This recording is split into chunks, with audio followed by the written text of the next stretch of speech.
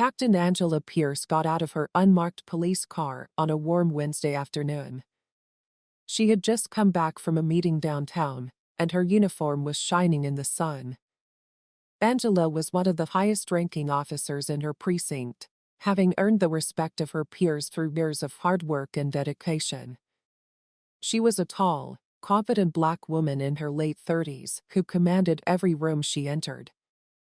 Her sharp gaze could instantly assess a situation, and her ability to lead was unmatched. Today she was stopping by. She went to a small, old strip mall store to get a quick snack before going back to the station. It was her favorite place to shop, and she often talked with the cashier about the neighborhood. As she walked into the store, she felt a little uneasy, but she pushed it away. Maybe it was the stress of the day, or she was just tired. The older man working there, Mr. Patel, greeted her with a smile and said, "Good to see you again." Captain Pierce said with a polite nod, "Hey Mr. Patel, I'm just picking up something quick." Angela smiled back and picked up a bottle of water and a granola bar. She was walking to the register when she noticed something. A white police officer was standing at the back of the store watching her. His arms were crossed, his posture was stiff, and his icy blue eyes seemed to be following her every move. Angela frowned a little. She rarely saw other officers in this part of town, let alone one she didn't recognize, but she tried to ignore it. Although she told herself not to think too much about it, after all, she was a captain, not just any officer. The man's presence still scared her. When she paid for her things and walked out the door, the voice behind her stopped her in her tracks. "Excuse me, ma'am. I need to see some identification." Angela turned slowly, her face blank, but her heart racing. The officer stepped forward, his hand resting casually on the holster of his gun. His voice was a mix of arrogance and suspicion that made her jump right away. Officer Rick Stevens was younger than Angela, probably in his early 30s, and had a chiseled jaw and short, blonde hair. His badge said Officer Rick Stevens. "I'm sorry, I don't understand why you're asking for my ID," Angela said calmly, even though her patience was already wearing thin. "I saw you acting suspiciously in the store," Officer Stevens replied, his tone cold and condescending. "I'm going to need to see some identification now." Angela couldn't believe what she was hearing. She hadn't done anything unusual that would justify this. She was angry, but she kept her cool and acted suspiciously. She kept saying, "I'm a police captain, and you don't need to see my ID unless you have a good reason to ask for it." Stephen's eyes narrowed. He clearly didn't like being questioned. "Ed, I saw you handling merchandise and acting like you were going to steal something. I'm asking you one last time, let me see your ID." Angela felt her blood boil as she realized she had just stolen a granola bar and a bottle of water.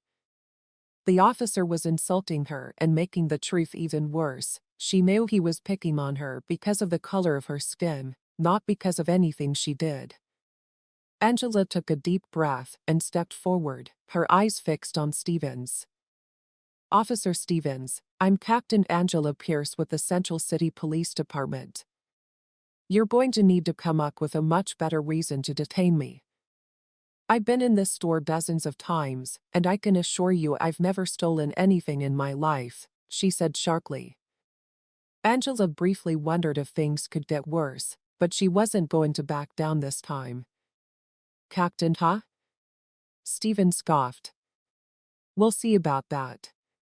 Turn around and put your hands behind your back." Angela's heart stopped. She couldn't believe what she had just heard. "Excuse me, you heard me," Stevens said, stepping closer and his voice chirping with disdain. "You're under arrest for suspicion of theft." The small store seemed to close in on her mind. As a police officer, Angela had been trained to deal with aggressive people, but she had never expected to be the target of such overt racism and abuse of power. Angela knew her rights, but she also knew how quickly things could go wrong if she made one mistake. "I suggest you reconsider what you're doing," she said firmly, but the tremor in her voice showed how much she didn't believe her. "You're making a huge mistake." Stevens ignored her, and he pulled out a pair of handcuffs. Clinking sound echoed through the small store, and Mr. Patel, the cashier, watched in horror, clearly too scared to step in. The few other customers in the store were frozen in place, their eyes wide with shock as they watched the bizarre scene unfold in front of them. Stevens barked, clearly losing his cool. Angela's hands were clenched into fists, and she was being shamed in public by someone who should have been her co-worker, if not her equal. Inferior, she could see the triumph in Stevens' eyes, the twisted satisfaction of exercising his authority over her unwillingly. She turned her back on Stevens and slowly put her hands behind her head. The handcuffs snapped around her wrists with a chilling finality. The situation had taken a terrible turn, but Angela knew it wasn't over yet. Officer Stevens pushed her roughly toward the store door, and her wrists ached from the tight grip of the handcuffs. The shame she felt inside was much worse than the pain. As she walked out onto the sidewalk, people looked at her with a mix of confusion and disbelief on their faces. It wasn't often that they saw a high-ranking police officer being handcuffed and marched down the street like a common criminal. The sun beat down on her, making the situation even worse. Angela could feel her chest tightening, but she forced herself to stay calm because Stephen was enjoying it. He had a firm grip on her arm, and she could feel his pride in every move. "Officer Stevens," she said, "you're making a big mistake. I'll give you one last chance to leave this, before it blows up in your face." Stevens smirked and looked down at her with cold indifference. "Is that a threat, Captain?" he asked. "Do you think just because you're a big shot, Captain, you're above the law?" Angela. She clenched her teeth and tried not to lash out at him. She knew how quickly things could get worse, and she wouldn't let him get her to react. "This isn't about being above the law, it's about you abusing your power," she told him in a sharp but measured voice.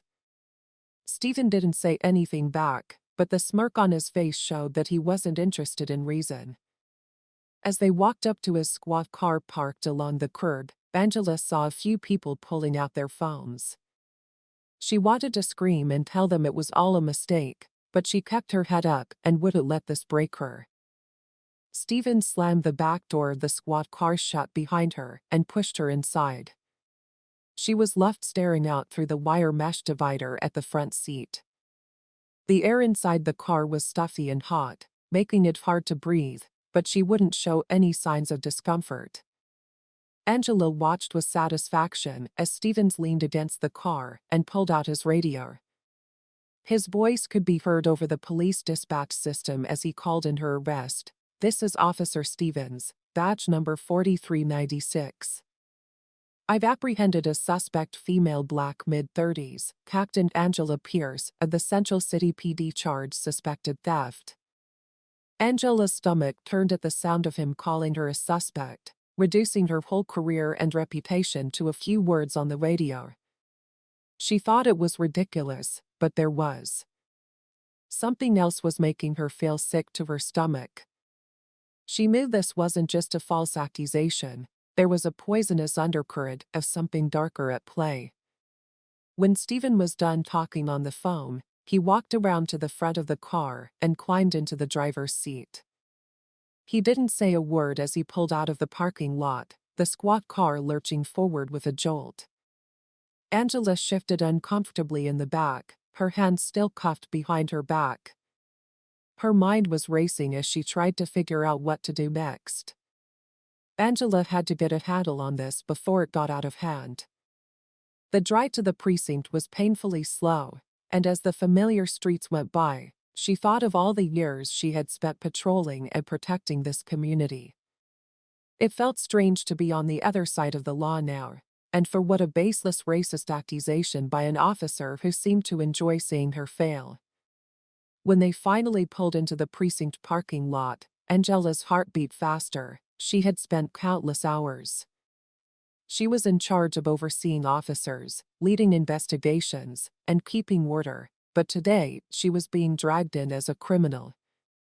She was aware of the irony as Stephen yanked open the back door and pulled Angela out with such force that she almost fell. She steadied herself and glared at him, but she didn't say anything because she needed to act quickly. As they walked into the precinct, officers, detectives, and staff stalked in their trucks, their eyes wide as they saw their captain, Angela Pierce, being led in. The tension in the room was thick and almost palpable. Angel could feel the weight of every officer's gaze on her, some of which was filled with confusion, some with shock, and some with what seemed like disbelief. Captain Pierce, one of the officers, muttered as if trying to make sense of what he was seeing, and Stevens ignored them all, pushing her through the lobby and down the hallway toward the booking area. Angela's heart was pounding, and she could feel the walls closing in on her, but she wouldn't let this break her. When they got to the front desk, Stephen slammed a stack of papers down in front of the officer on duty, a rough-looking man named Officer Reynolds. He then got a suspect for processing, saying that Stephen had a vague suspicion of theft. Officer Reynolds looked up and saw Captain Pierce standing in front of him. "What's going on here?" he asked his daughter, his eyes widening with worry and disbelief. Angela opened her mouth to answer, but Stevens cut her off. "She was about to leave the Patel store with stolen goods," he said, and the lie rolled off his tongue as if it were the truth. The room seemed to freeze in time as Reynolds looked at Stevens and then back at Angela, clearly struggling to make sense of what was going on. "Is this true?" Reynolds asked softly, his brows furrowed in confusion. "I didn't steal anything," Angela said, shaking her head and speaking clearly. "This is a gross abuse of power." Stevens leaned in close to her. Angela's heart was racing as she stood in front of Officer Reynolds at the front desk and tried to catch her breath. She wasn't sure what shocked her more, Stevens's brazen lie or the fact that her whole world was falling apart in front of the people she had worked with for years. Officer Reynolds, who looked torn, looked down at the paperwork Stevens had slapped on the counter. "You've known me for years, you know I would never do that," Angela said in a low but steady voice. Reynolds looked her in the eyes and said, "I don't know what's going on, Captain, but this looks bad." He sighed and rubbed the back of his neck. "Let's just get you processed and then we can figure this out," he said. Angela bit her lip and pushed back the anger that was building up inside her. She could tell that Reynolds wasn't completely convinced by Stevens, but he was stuck in a system that made him go along with the process.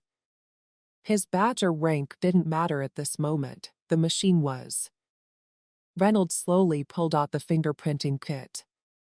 His eyes still showed signs of doubt, but his hands moved with routine precision.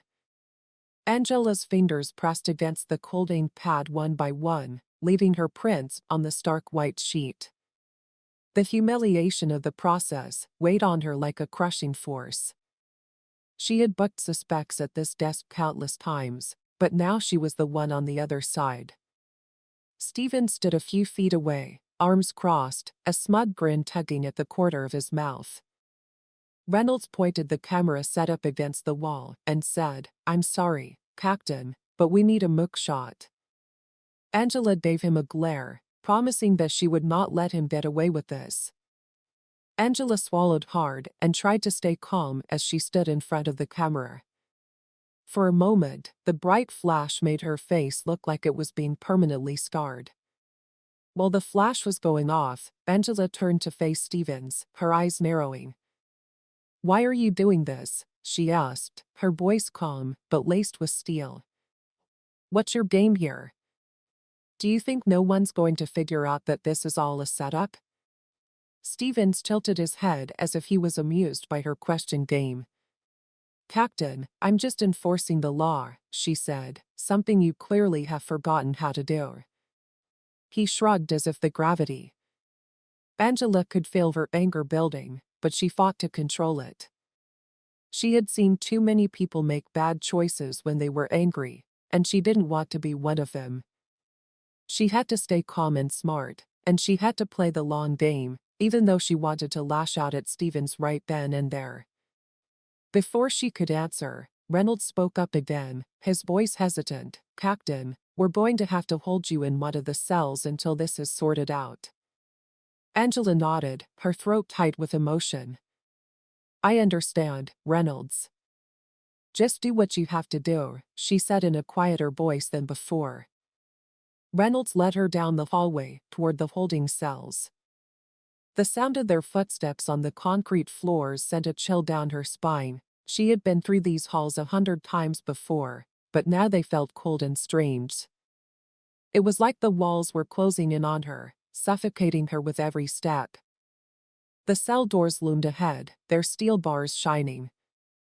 Under the harsh fluorescent lights, Reynolds unlocked one of the cells and motioned for Angela to enter. She hesitated for a second, taking in the cold, empty room that only had a small bench, a toilet, and the harsh bars. The reality of her situation hit her like a sledgehammer. She was being thrown into a cell, not as a police officer, but as a suspect. As she stepped inside, Angela turned around to face Reynolds, and as he closed the door behind her, she heard the sound of the lock. "Never forget," Reynolds said in a low, almost sorry voice. "We'll get to the bottom of this." Angela nodded, but the weight of the situation felt like it was crushing her. She sat down on the hard bench, her mind racing with questions and plans. How had things gotten to this point so quickly? Why was Stephen so determined to ruin her? As she sat in the cell, her thoughts went back to the moments before she was arrested. Something about the way Stevens had shown up at the store had seemed off. It was almost like he had been waiting for her, waiting for the perfect time to strike. The pieces of the puzzle were there, but she couldn't quite put them together. One thing was for sure, though, this wasn't just about a stolen bracelet, there was something much more sinister going on. The hours went by slowly as Angela sat alone, the only sounds being the clatter of keys and the murmur of voices from the station. Every second felt like an eternity, and she wondered if anyone in the department would speak up. As Angela's thoughts started to spiral, the sound of footsteps breaking through the silence woke her up. She recognized the voice of Lieutenant Hayes, a senior officer she had worked closely with for years, and asked, "Where is she?" Lieutenant Hayes's voice was sharp and cut through the hallway back here, and Lieutenant Reynolds replied. Angela's heart raced as the two officers walked up to her cell. When Hayes saw her, she looked shocked. Sharp blue eyes scanned the room and settled on Angela with a mix of worry and a quiet determination. Hayes stopped in front of the bars with her hands on her hips and asked Pierce in a tone that was hard to read. Angela stood there and met her gaze. "What the hell is going on here, Pierce?" Hayes asked. "It's a setup. Lieutenant Stevens arrested me on false charges." Hayes didn't answer right away. Instead, she turned to Reynolds, who was awkwardly standing by the door. "Get her out of here," Hayes said in a quiet voice. Reynolds hesitated. Lieutenant Hayes looked at the papers he was holding and said, "Get her out." Hayes said it again, but this time he meant it more firmly. Angela stood, her heart racing as the sharp command cut through the tension. Reynolds fumbled with his keys and unlocked the cell door. The sound of the metal bars being pulled open was a small relief, but Angela knew the situation was far from over. She stepped out of the cell carefully, her eyes never leaving Hayes, who stood with an air of authority, but Hayes had always been strict. Angela wasn't sure if her presence was a sign of salvation or something else entirely. "Come with me," Hayes said in a steady voice as she turned on her heel and walked down the hallway. Angela followed, awkwardly trailing behind Reynolds. As they moved through the station, the officers they passed gave Angela confused looks. She could feel the weight of their judgment on her every step. It was as if the department, the place, was full of whispers. As they got to the end of the hall and stopped at a small, dimly lit office, Hayes pushed the door open and motioned for Angela to come in. She did, and the walls were covered with old case files and stacks of paperwork, a reminder of how hard police work is all the time. Hayes shut the door behind them, leaving Reynolds outside to sit down. "Sit down," Hayes said in a harsh, but not mean voice. Angela sank into the chair across from her, still trying to figure out what had happened. She opened her mouth to speak, but Hayes held up a hand and said, "Before you say anything else, I need to know one thing." Hayes asked, leaning forward a little and looking straight into Angela's blue eyes, "Did you steal the bracelet?" The question hit her like a slap in the face. She had been hoping for more than just understanding and trust, but the doubt in Hayes' voice cut deep. "No," Angela said firmly, her eyes locked with Hayes. "I didn't steal anything. Steven set me up." Hay looked at her face for a long moment, her eyes narrowing as if she were trying to find any sign of dishonesty. The room was dead silent, and the air was thick with tension. Finally, Hay sat back in her chair and let out a long breath. "I believe you," she said in a quiet but sure voice. Angela blinked for a moment, shocked. "You do?" Hayes asked. Hayes nodded. "I've worked with you for years, Pierce. I know you. You've never given me a reason to doubt your integrity. But Stevens, he's always been a loose cannon." Angela's jaw dropped when Stevens was mentioned. She had always known that Stevens had problems with authority, especially when it came from someone who didn't fit his narrow worldview, but hearing Hayes confirm it made her blood boil. "So what happens now?" Angela asked, her voice low but her mind racing with a million questions. She had been treated like a criminal and humiliated as a suspect for hours, and she wanted answers and justice. Hayes leaned forward and interlaced her fingers on the desk. "Now we handle this carefully. If Stevens is setting you up, we need proof that will stand up in court." Angela frowned and said, "Proof? How am I supposed to get proof when I'm the one being set up?" Hayes replied, "There's always a trail. No one pulls something like this without leaving breadcrumbs behind." Just as Hayes finished speaking, Stevens walked in, his smug smile replaced by a look of indignant anger. "What's going on in here?" he demanded, his eyes darting between Angela and Hayes. Hayes stood up slowly, her posture calm but alert. Stevens scowled, "I have the paperwork to formally charge her. This little chat doesn't change the fact that she's a suspect in a theft." Angela clenched her fists under the table, fighting the urge to lash out. Stevens' voice made her sick to her stomach. He sounded so sure of his lies, and sure that he could get away with it. Hayes didn't flinch. "We'll see about those charges, Stevens. Right now, I'm handling this." Stevens took a step closer, his face turning red. "I was standing right next to Hayes when he said, 'Enough. If you don't like how I'm handling this, take it up with the chief. Until then, stay out of my way.'" Hayes looked at Stevens with anger in his eyes, and for a moment it looked like he might argue, but then he turned on his heel and stormed out of the office, slamming the door behind him. The room was quiet again, and tension was thick in the air. Angela finally let out the breath she had been holding in. Angela said in a worried voice, "He's going to come after you, you know." Hayes sat back down, and Hayes's face couldn't be red. "Let him try. I'm not afraid of Stevens, and neither should you be." Angela nodded, but the knot in her stomach stayed. Hayes might not be afraid of Stevens, but Angela knew better than to underestimate him. He had already crossed a line by accusing her of something she didn't do. Who knew what he could do if he felt threatened? Hayes leaned forward and lowered her voice. "Listen, Pierce, you need to be smart about this. If you try to confront Stevens head-on, he'll turn it against you. We need to play this very carefully. Angela frowned. Are you telling me I should just sit back and let him destroy my reputation? Hayes replied firmly, no, you're not.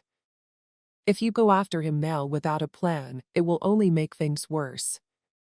We will look into his records, complaints, anything we can find that will show him for what he is. Angel's mind was racing with ideas.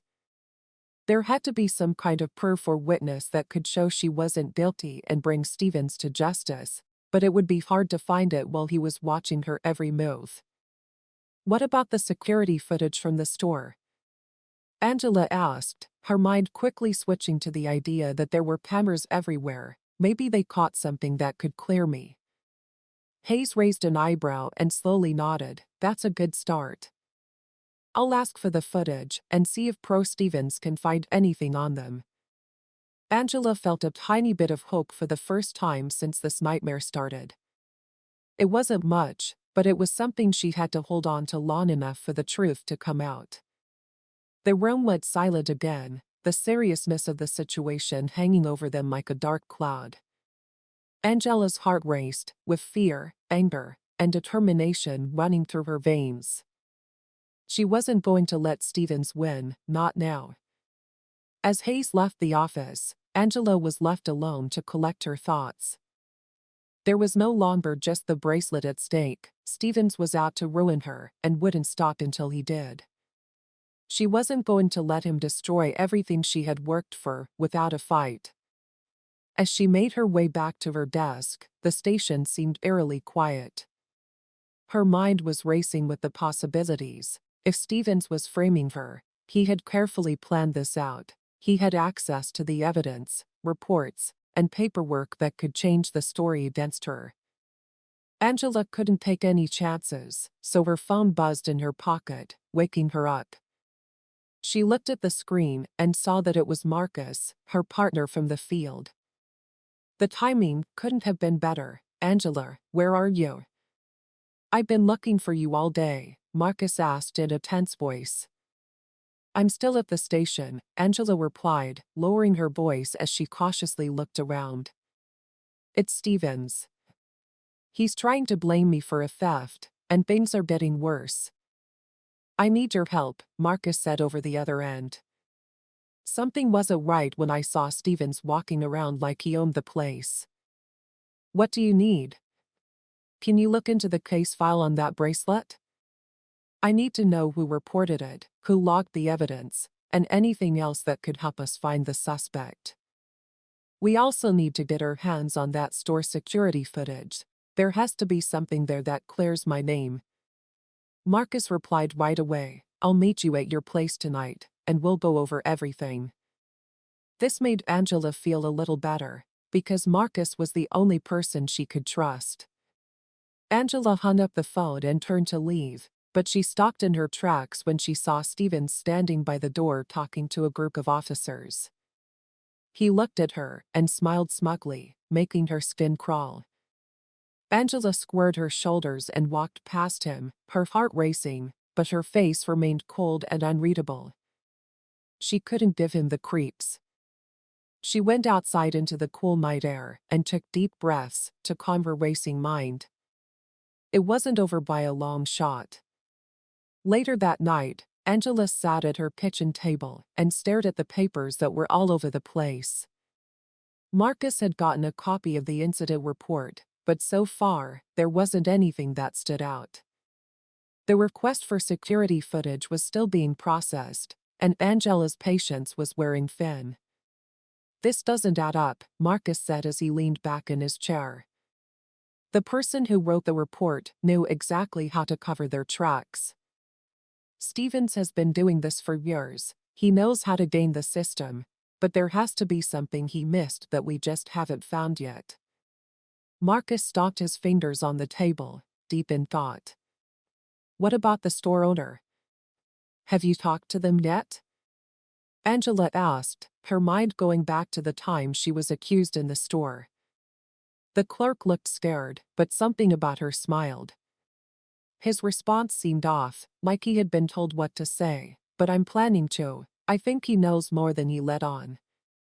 Marcus nodded, and with a determined look in his eyes, he said, "Then we'll pay him a visit tomorrow if he's in on this. We'll get him to talk." The next morning, Angela and Marcus pulled up to the small jewelry store where the alleged theft had happened. The streets were empty, and Angela's stomach tightened as she got out of the car. She thought about how humiliated she felt when she was arrested. The store clerk, a nervous-looking man in his 50s, looked up from behind the counter when he saw Angela. "Can I help you?" he stuttered, looking nervously between her and Marcus. "We need to talk," Angela said in a steady voice, remembering what happened the other day. The clerk swallowed hard, his eyes darting around the store as if looking for an escape. "I already told the police everything I know. I don't want any trouble." Angela stepped closer and locked eyes with him. "You're already in. If you're involved in this scheme, now is your chance to come clean before things get worse," Marcus said as he crossed his arms. The clerk shook his hands and wiped his forehead with a handkerchief. "I didn't have a choice," the clerk finally said, his voice shaking. "Stevens came in here last week, told me I had to report the bracelet missing, and said it would be taken care of. I didn't ask questions. I just lied because Stevens told you to." Angela finished, her anger building just below the surface. "Do you know what he's trying to do to me?" the clerk asked with guilt on his face. "I didn't know it was going to turn into this. I'm sorry, but I can't take it back now that it's already in the system." Angela clenched her fists and wanted to scream to show the man how cowardly he was, but she kept her cool. This wasn't about him, it was about Stevens, and now she had proof that Stevens had planned the whole thing. "Marcus, we need you to make an official statement." The clerk looked like he was going to pass out, but he nodded and said, "If you cooperate, maybe we can cut you a deal, but you'll have to come down to the station with us." Angela turned to leave, her mind already racing with the next steps they should take. They now had a witness who could show Stevens for the racist, manipulative officer he was, but she knew it wouldn't be that easy. Stevens still had the upper hand, and she was sure he would fight tooth and nail to keep his secret. As Angela left the store, her phone buzzed in her pocket. She pulled it out and saw a message from Hayes, "Meet me at the station with the security footage." This made Angela's heart skip a beat. This was the proof that could finally clear her name. But as she and Marcus drove back to the station, she got a bad feeling in her chest. Stevens wasn't the type to back down easily. If he knew they were onto him, he'd strike back, and Angela wasn't sure how far he'd be willing to go to protect himself. Angela's mind was racing as she and Marcus pulled up to the station. She felt very responsible because she had a witness who could show Stevens for the dishonest officer he was, but she also knew this was only the start. Stevens wasn't going to give up easily because he had too much power and too many connections in the department. Now they had the security footage that could clear her name for good if they could get it before Stevens did something bad. As soon as they got out of the car, the tension around the station rose. There were a lot of officers around, but something felt off. The usual buzz of the place was muted, as if everyone knew something big was about to happen, but didn't want to say it out loud. "Let's make this quick," Marcus said under his breath. "The last thing we need is for Stevens to find out what we're doing." Angela nodded. As they went inside, her heart was racing, and she avoided eye contact with the officers they passed. She knew they were being watched, but she couldn't worry about it. Now, getting to Hayes and watching the footage was the only thing that mattered. They found him waiting in the evidence room, a small, dark room in the back of the station that wasn't often used. He greeted them with a grimace, and his eyes darted around the room nervously, as if he thought Stevens would walk in at any moment. "I pulled the footage," Hayes said quietly, handing Angela a flash drive. "But there's something you need to know. It's not what we expected," Angela asked. To find the right words, it's been edited, and parts of the video are missing. It shows you in the store, but important parts are missing, like the part where you're said to have stolen the bracelet. Angela cursed under her breath. Stevens had seen the video before they did. Of course he had. He was always one step ahead and manipulating the situation to his advantage. But that didn't mean all hope was lost. They still had the witness, and if they could just get the uncut video, they might still have a chance. Marcus, with a low voice and an urgent tone, said, "There's no way Stevens could have gotten rid of that tape that quickly. It has to be somewhere." Hayes agreed, "I've been thinking the same thing. I'm going to keep digging, but you two need to be careful. Stevens knows you're onto him. He's going to come after you." Angela's mind was racing. Stevens could destroy her, but he couldn't erase the truth. If they could just find that tape and expose him, his career would be over, but that wasn't going to happen without a fight. Marcus suggested that we go over more ground. That way, you can take the witness to a safe place, and I'll keep working on getting the footage. If things go wrong, we can meet back here. Angela agreed, but she felt anxious inside. She didn't want to split up, but Marcus was right. Every second they wasted was a second Stevens could use to hide his tracks. Later that night, Angela was driving through the city with the witness and the jewelry store clerk in the passenger seat next to her. The man was shaking with fear. He was caught up in something much bigger than he had imagined, and now his life was in danger along with hers. "We're almost there," Angela said, trying to keep her cool. "I've set up a safe house for you. You'll be safe until we figure out what to do next." The man nodded, but his eyes kept darting to the rearview mirror as if he thought someone was following them. Angela's nerves were on edge too. She had the sinking feeling that Stevens was already watching her, waiting for the right time to strike. She kept looking in the mirrors, half expecting a black SUV to appear behind them.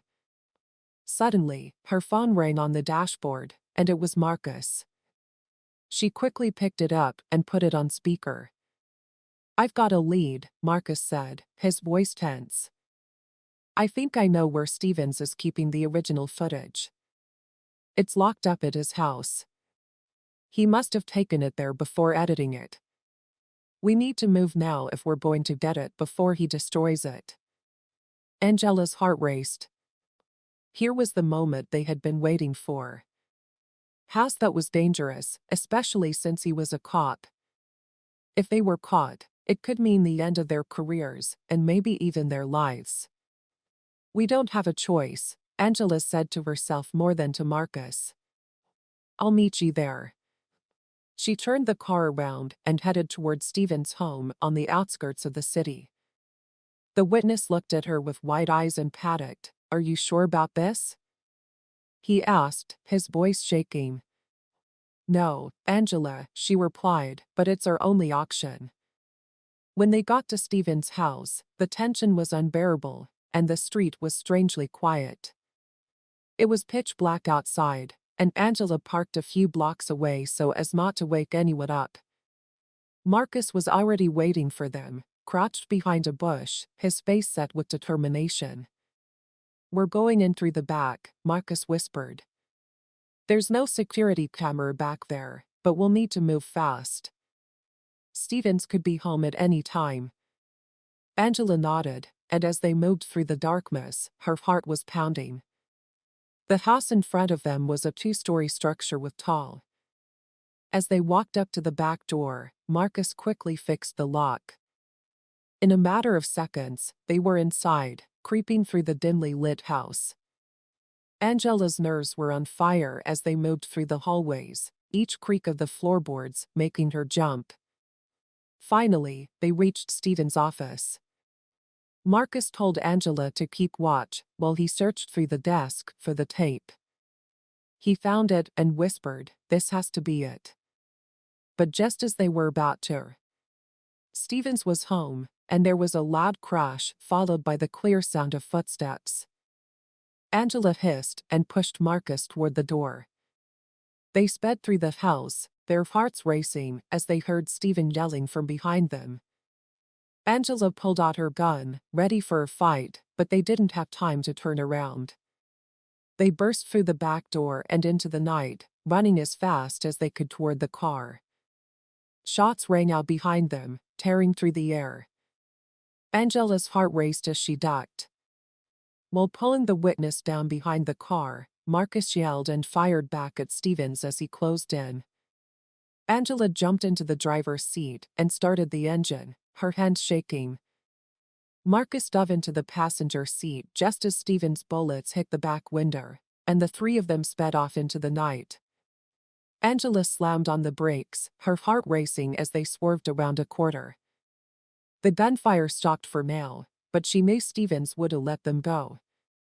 They quickly got the flash drive, but now they were running away, and time was running out. "We need to get to a safe place," Marcus said, his voice shaking but firm.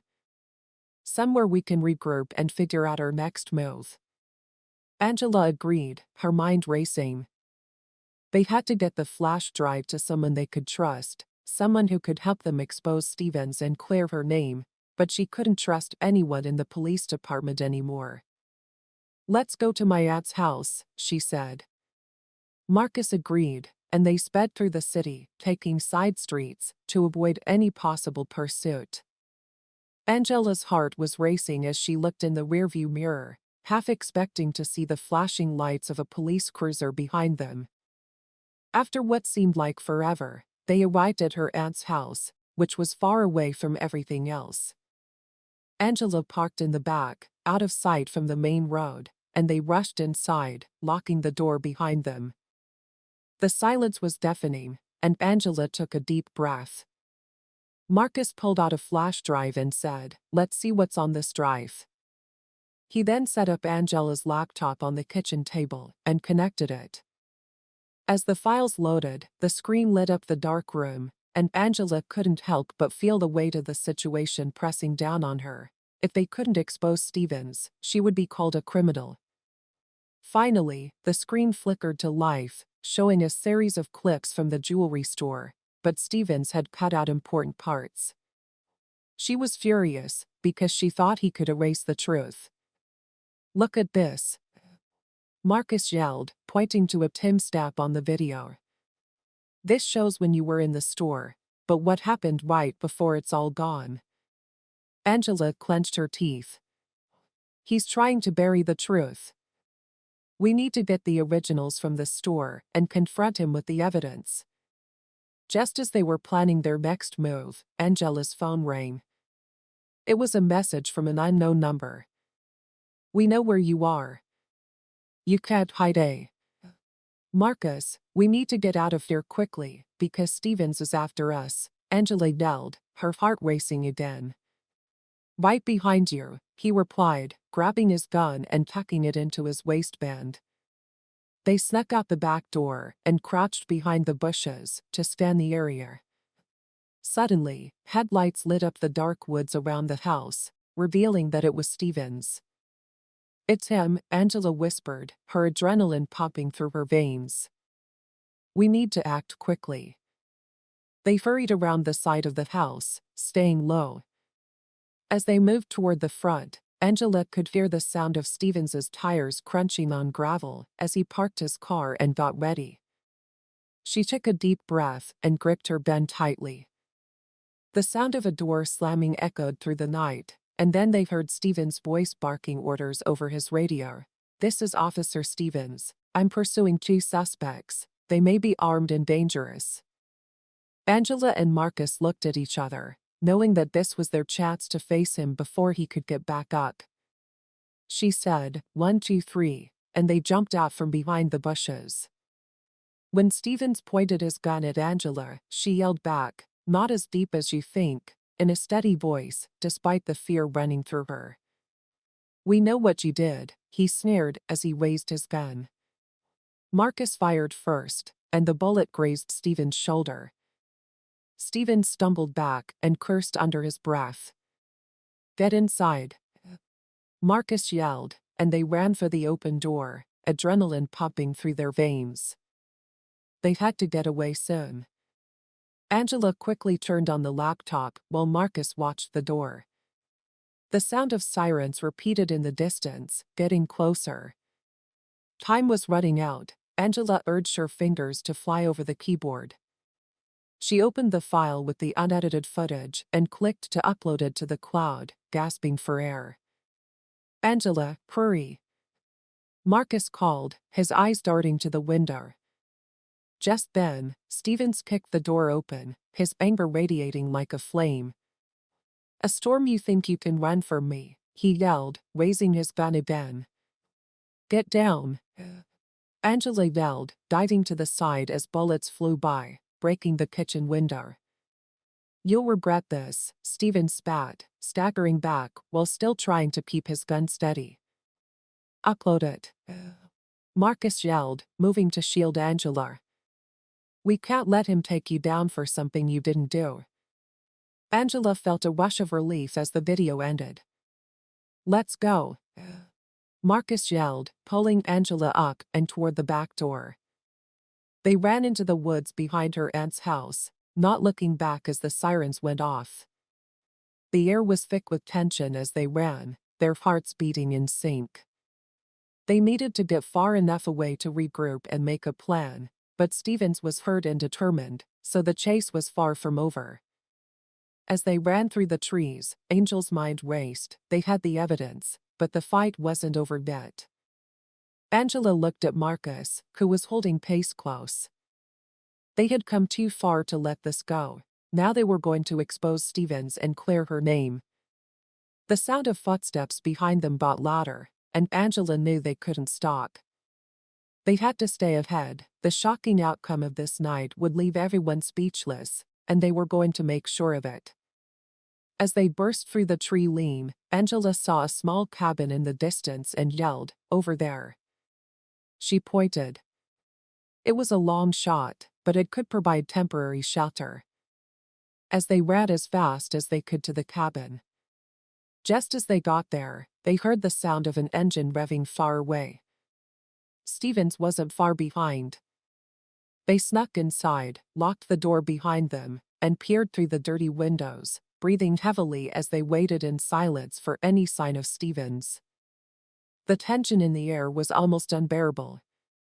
Suddenly, they heard a loud crash outside, and Angela's heart stopped as she turned to see Stevens burst through the front door with a gun raised. He yelled, "Hide from me," and Marcus fired again, hitting Stevens in the shoulder. But he kept coming. "You're done, Angela.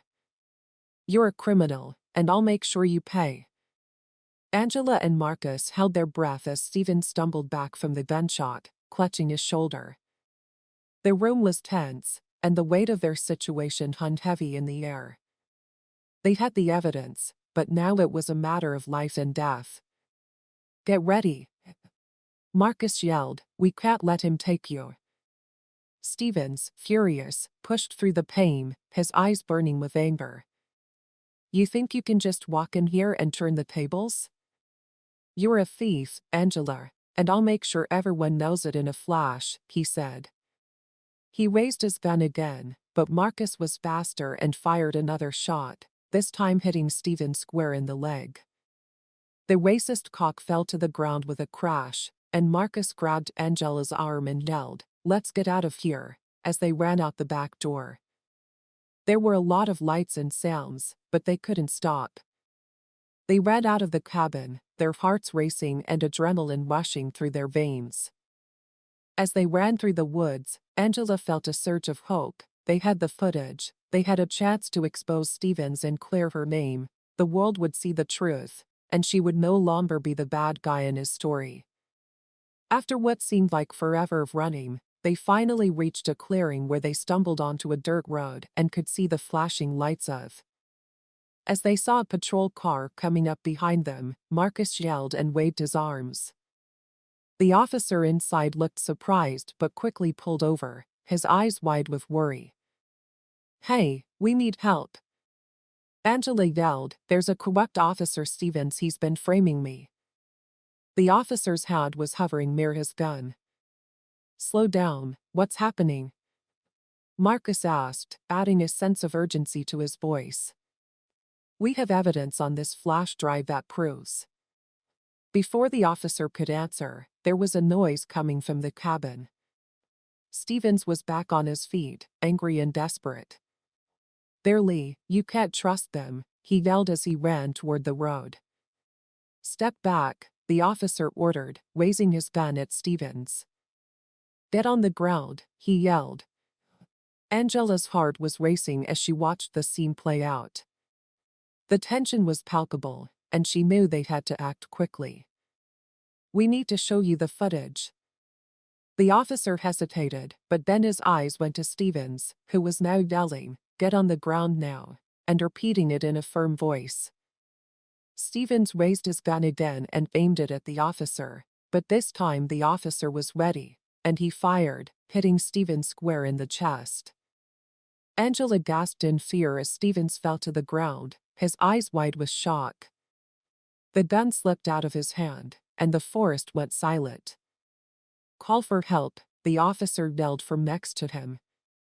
Angela and Marcus looked at each other in shock. Were the minutes finally over? It felt like hours. As they waited for more police to arrive, the sound of sirens filled the air, and soon several patrol cars swarmed the area, their lights flashing and radios crackling. Angela felt a mix of relief and fear. Would they believe her? Would they see the truth? As the new officers walked up, Angela stepped forward, her heart racing. You have to listen, she said. We have evidence against Officer Stevens. He was setting me up for a crime.